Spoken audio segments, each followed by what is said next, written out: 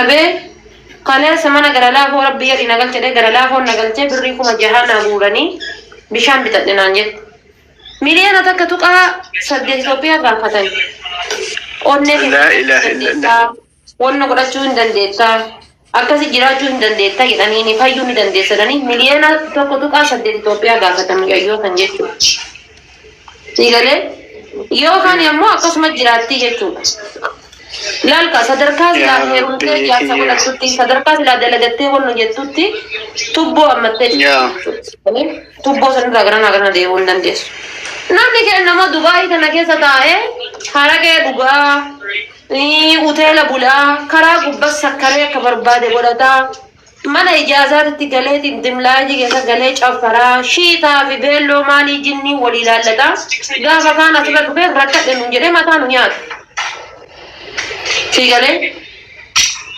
balleessee jira maalii ta'ee jira akkas ta'ee jira dubartoonni kenna guyyama fayyaa qabdan of laalaa isin dhiiraa miti gaafa karaa gubbaa bultan nuuni marii attan gaafa kaan dhuftanii rakkanne jettan rakkanne isin wajji ambaru rakkadhuu miti gin ammoo akkaataan itti namni itti rakkatu wallaba akkaataan itti namni itti rakkatu ammallee akka ebeluu san ta'an morma nama jallifti laalladhaa waan hojjettanii waan godhattanirraa laalladhaa hojii keessa maal haa godhuu maal haa dhiisu amma mee mucattiin tun hadda hojii irraa baate mana abbaa isii hojjechuu heddi moo teettee kompiitara tutturuu heddi jira darajaa kompiitara qabu namni jiru shakkii maleedha kun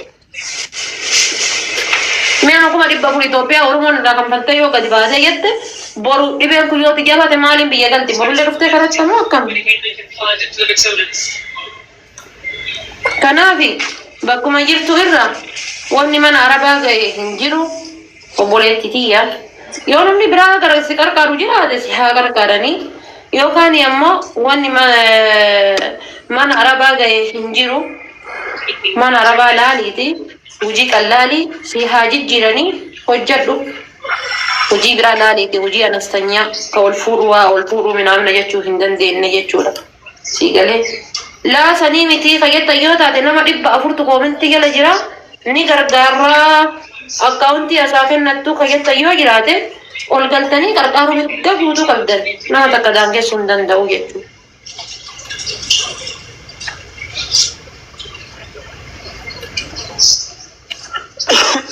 Ni gargaara jettu yoo jiraatte lakkile hin gargaaru yoo an kaampaanii qabu kana irratti waraqaa si responsibility ofirra fudhadhee ji'aan haa kan faltu birri 8,000 Itoophiyaa birri 8,000 Dubaayii yookaan ammoo 7,000 Dubaayii ji'aan mindaa isii irraa muradha ammaaf irraa hojjedhee namni jettu yoo jiraatte sponsor irraa taa'ee jettu yoo jiraatte illee welcome.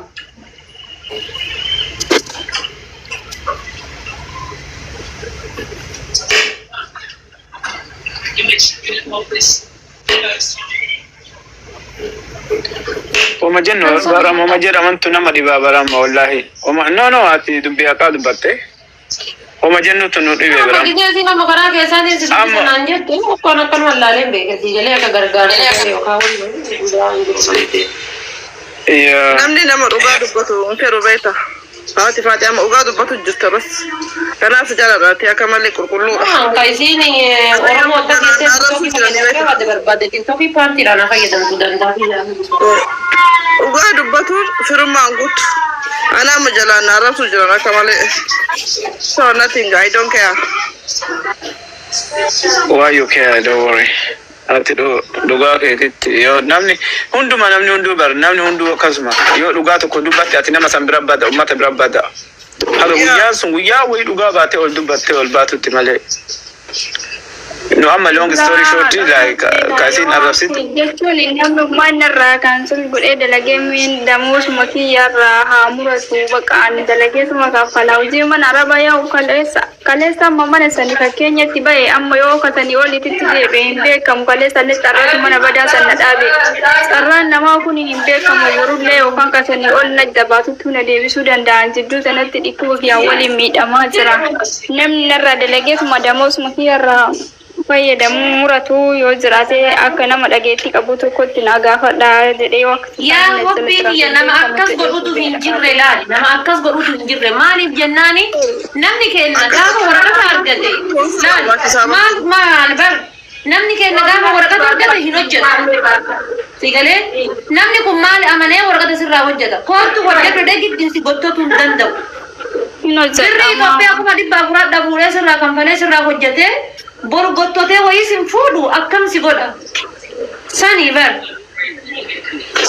Nalchadhama gochuu didaadha faatee maaliif hin hojjetu yoo jiraatan kunooti nama dhibba afurtu jira gaayis dhagaa hojjetan ani bakka hin qabu Mal hayyuu saniyyuu nama tokko si barbaachisa ta'e ispoortaa nama sii ta'u. Ammeenya miti ati dhiiga kenna namni ammeenya namaa fedhu hin jiru namni cinqaa namaa fedhu hin jiru. Dhagayyoomii akkasitti daleede wanni akka xannachaa kun beektaa cinqaa hin fedhu. Tiriit barbaachisaa. Ani jechuun hojii mana keessatti sababa natti ulfaatee natti hojii didaa beeki wallahi yoo hojii waa wayii uffata yeroo tokko su dhaabbadhee yeroo akkasitti hunnaan wanni jedhee uffata yeroo tokko su hidda kana qabaa beektee. Wanni akka uffata akkasan hin dandeettu maaliif lafa kan kee keessa xannacha jechuun hidda keessa faca'a fulaan arbii keessa bakka arbii san hin dandeettu dhugaara rabbi si halaafisu garuu akkana hojii biraa fajjechiira. Saniif akkasitti dadhabee hojii akkasii sanirra jedheeti hojii mana madaamii ammallee mana haadhatiyyaa wayiin seenuu ka jedhuun bakka waan dubbachuu hin barbaanne na ulfaatee ennaa nama dubbadhee durallee na dhukkubna waan biyya galee famma lammaffaa biyya galuun hagamta akka ulfaatu isinillee mee yaada rabbiidhaati. Hin danda'amu yamma deebi'uu hin danda'uma irraa. Carraa nuu kenna yeroo tokko. Salaamu alaikum warahmatullahi wabarakatuh. Yeroo hedduu bakka gargaarsaa kanarratti gartee yeroo gargaarsa namaa godhan namni jalaan seentanii waan akka fedhe namni sun badiillee qabaatu jalaan waa namarratti dubbatina. Maaliif dakkalee galgala namceewwan takka maanguddoo waggaa 100 wayii namichi innu ka kaayiroo kana taa'u ilmi isii rakkata kaayiroo kanattu nama silaa gargaaramuu malu innuma mataan isaa jechuudha. Haati isaa sun mana irratti jigeetiin biyyatti agargaaru jedhee namni online irratti agargaaru jedhanii gargaarsa guuru jiran jalaan barreeffattee seentee kun dhimma maatiitti keessan galinaati waan kana lafatti fixanna waan kana irraa dhaabaa hin gargaarinaa jettee achi gubbaratti haasofte jechuudha. Maanguddoo waggaa 100 wayii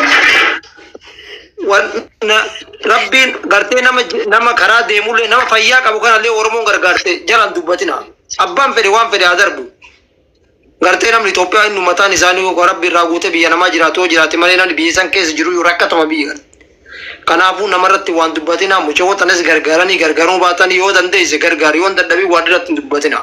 Aslan ijoolleen Oromoo waan irratti hin dubbatina. Yoo namni sun ammeenya qabaate dhagaa karaa keessaatiin dhaabbadhu waan akkanaas hin baasu gorsa.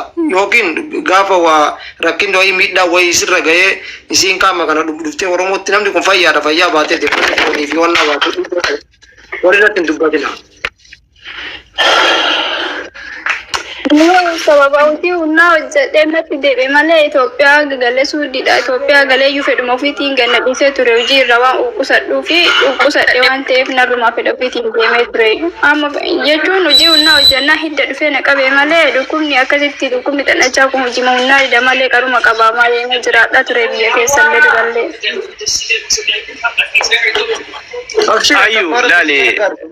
Ayyuu laali.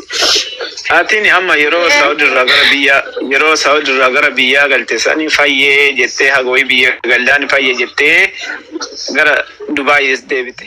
Udin achi is not easy waan qallaalii miti yookaan waan taphaatii miti. Qoyka yeroo biyya galte Saudi irraa biyya galtee jennaan fayyinaan gara Dubaay as deebiteemi. Narraa badee yuuyiitenni waan kana isa kana sila masgida deemte hospitaala deemtee seeraan iskaanii godhanii maalirraa akka gaali seeraan yaalamtee qulqulleeffattee fayyitee deemuu qabdaa ture.